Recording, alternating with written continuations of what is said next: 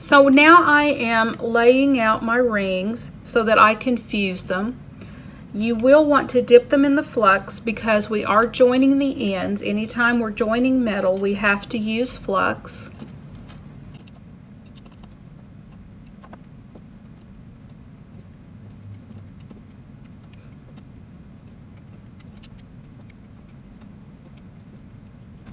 Okay, that is one round. I'm going to stop there. I'm going to fuse these and then I'll do another course of them.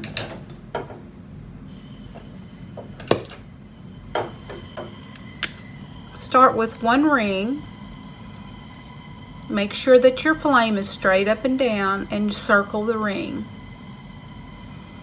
You will notice the same steps that it will go through as anything that we fuse. Be careful because it will melt.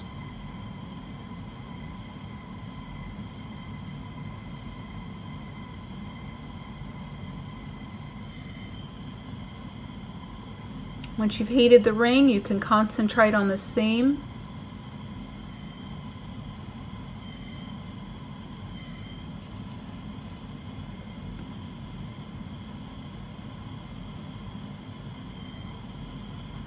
Feather it in and out so that you can regulate your heat rather than melt the ring.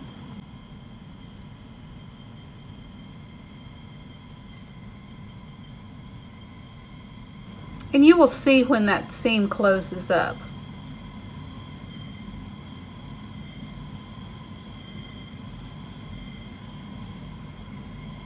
Now I actually feel like I've got that one a little too close to the other one. So I'm going to go ahead and move him over here. You can kind of tilt your torch when you begin to focus on that flame. Feather it in and out.